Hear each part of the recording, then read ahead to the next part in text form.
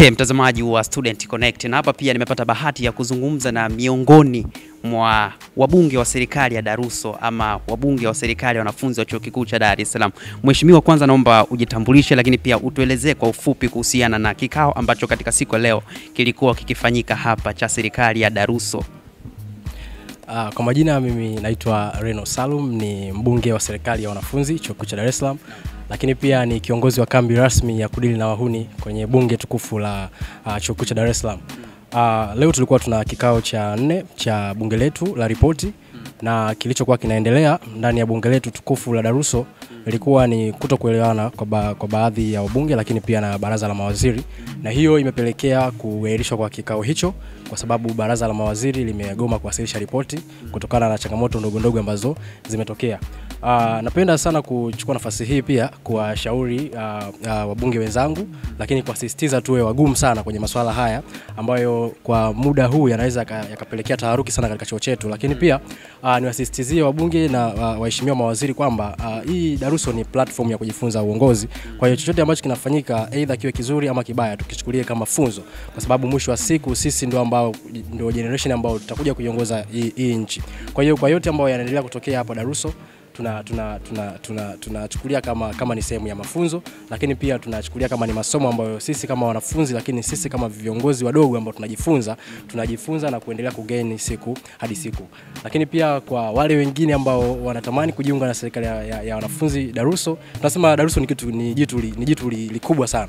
Kwa hiyo tunasema kiongozi wa Daruso atokei, lazima awe kweli ameonyesha kwamba anahitaji kuwa kiongozi wa Daruso. Kwa hiyo tunawakaribisha, lakini lazima watakutana na mambo ambayo yatawatia ugumu, yatawatia ukomavu, watajifunza na mwisho wa siku kwa baadaye watakuja kuwa viongozi wazuri. Kwa kumalizia tu niseme naitwa Reno Salum, kiongozi wa kambi rasmi, kambi ambayo inadili na wahuni wote hapa Chuo Kikuu cha Dar es Salaam. Okay, mheshimiwa, pia leo kuna sintofahamu ambayo imejitokeza katika kikao cha bunge la serikali ya Daruso, na hicho kitu kikasababisha kabisa kikao kushindwa kuendelea. Pengine wewe unadhani changamoto kubwa ilikuwa ni nini?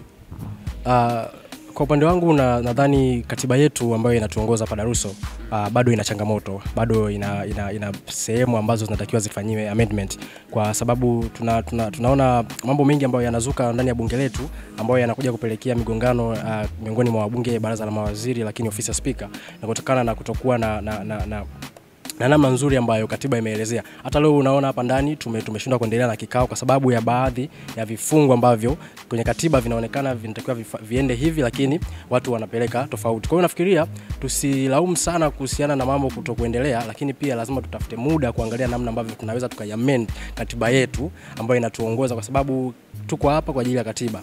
Tuko hapa kwa sababu ya katiba. Katiba ndio iliyotuweka. Kwa hiyo yote yanayoendelea hapa tunaangalia miongozo kwenye katiba inasemaje. Kwa hiyo kilichotokea leo binafsi nasema ni kutokana na kutokuipitia na kuiangalia vizuri katiba yetu ambayo mwisho wa siku inapelekea migongano. Lakini tumejifunza, kwa sababu katika kujifunza lazima tujifunze positively, lakini pia lazima tujifunze negatively. Kwa hiyo kilichotokea leo, sisi kama wabunge ambao tuko katika hili jukwaa na tunaendelea kujifunza kama viongozi wachanga, tumejifunza. Kwa hiyo mimi binafsi nataka niseme kwamba kilichotokea leo ni muendelezo wa kujifunza na tutaendelea kujifunza, lakini naishauri sana nashauri sana Chuo Kikuu cha Dar es Salaam na kupitia serikali yake ya wanafunzi tuangalie na tuendelee kuipitia katiba yetu ili huko mbele tusije tukasumbua vijana wengine ambao watakuwa wanajifunza siasa kwenye jukwaa hili la Daruso.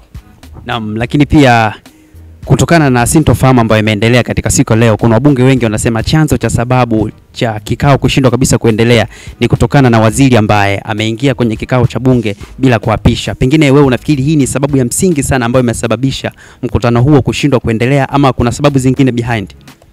Ni kweli, kwa sababu katiba tunasema kwenye kifungu cha kuteua mbunge kama excom, kutoka excom, presidential excom, kwenye law tunasema the law is silent kwenye kumtengua excom wa rais, lakini kwenye kumchagua excom wa rais katiba inaeleza vizuri. Kwa hiyo kilichotokea leo ni kwamba waziri wa ulinzi ambaye tunasema ni kama sababu ambayo ilipelekea kuvunjika kwa hichi kwa kikao chetu cha leo, alikuwa ameteuliwa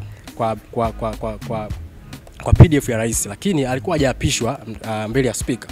Kwa hiyo speaker alichokuwa anakielezea ni mwongozo ambao kwenye katiba na miongozo ya bunge inaonesha. Kwa hiyo tunajua kabisa kwamba kauli ya speaker ni kauli ya mwisho kwenye bunge. Yeye anaposema inabidi ufuate. Na niseme tu kwamba narudi pale pale kwamba katiba yetu lazima tuiangalie, tuipitie vizuri ili mambo mengine yasiendelee kufanyika. Kwa hiyo binafsi naona inawezekana akawa waziri wa ulinzi sio sababu, lakini bado tunarudi pale kwamba katiba yetu lazima tuangalie namna ambavyo tunaweza tukaiamend kuona namna ambavyo rais anaweza kawa na power ya kutengua na kuchagua ma-excom wake ili baadaye tuje tukapata changamoto kama hizi.